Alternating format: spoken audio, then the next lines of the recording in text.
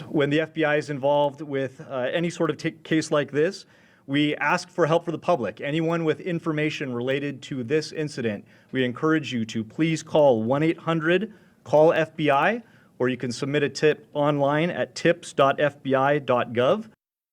And tonight, we're learning more about the man who police say drove a Tesla Cybertruck to the Trump Hotel where it exploded just seconds later. Thank you so much for joining us on Channel 13 Live at 5. I'm Trisha Keene. Abel has a night off. The Clark County coroner identified the driver of the vehicle in this incident as 37-year-old Matthew Livelsberger of Colorado Springs. Now, he was an active duty Army soldier, heavily decorated for his accomplishments in the military. He served for more than 4 years and has a special forces background. We also learned today that 2 guns were found inside the Cybertruck as investigators continue to search for answers. Officials also said today that Livelsberger died of a self-inflicted gunshot wound before the Cybertruck exploded. And we have the latest information tonight with team coverage on this story. Joe Moeller and Giovanni Carrillo are both live at the Trump Hotel. Colette Bordelon joins us from Colorado, where the suspect's neighborhood is. And we begin tonight with anchor Joe Moeller outside the Trump Hotel with new details in the Cybertruck explosion. And Joe, what have you learned today about this case? Well, Tricia, Metro holding another press conference today to give us more information about what unfolded outside the Trump Hotel just yesterday morning. Well, tonight the hotel is back open and there's a bigger police presence here. Well, earlier today, the Metro Police Sheriff and also the FBI gave us more information about that suspect who was inside that car when it exploded, and also went into details about the investigation. Police believe the person inside that Cybertruck was 37-year-old Matthew Livelsberger of Colorado, who was an Army service member and Green Beret. Police were able to obtain video showing the Tesla Cybertruck driving up and down the Las Vegas Strip before pulling into the Trump Hotel around 8:40 Wednesday morning. The driver died and 7 sustained minor injuries. They towed that truck away and looked into the vehicle that had fireworks, mortars, and fuel. Investigators found firearms, a passport, military ID, and credit cards in the truck. They also believe the subject shot himself in the head moments before the explosion.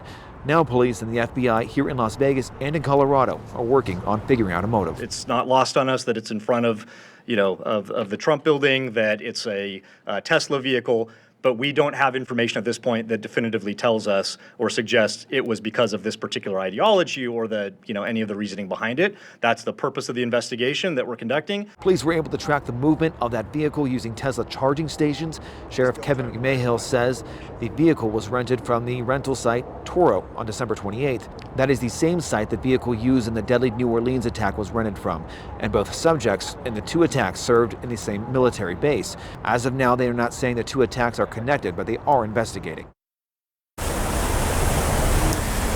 Well, the sheriff also said there is a bigger police presence around the Strip, and obviously here at Trump Hotel, there are several police on the different corners and parked in different driveways out here. Well, the FBI also said they are taking in leads from around the country and also around the world and following up with that. Well, business is back to usual here at Trump Hotel after being evacuated yesterday, and Giovanni Carrillo is standing by. He has more on what those guests are saying. Good Giovanni.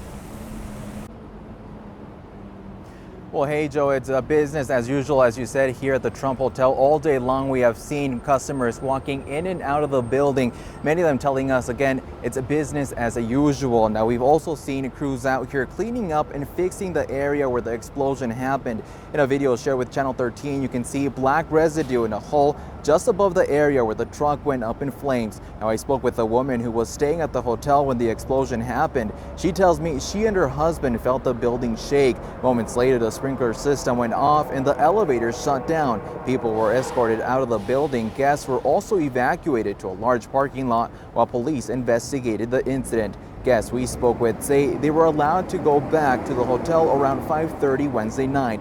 They were given the option to stay or gather their belongings to check out.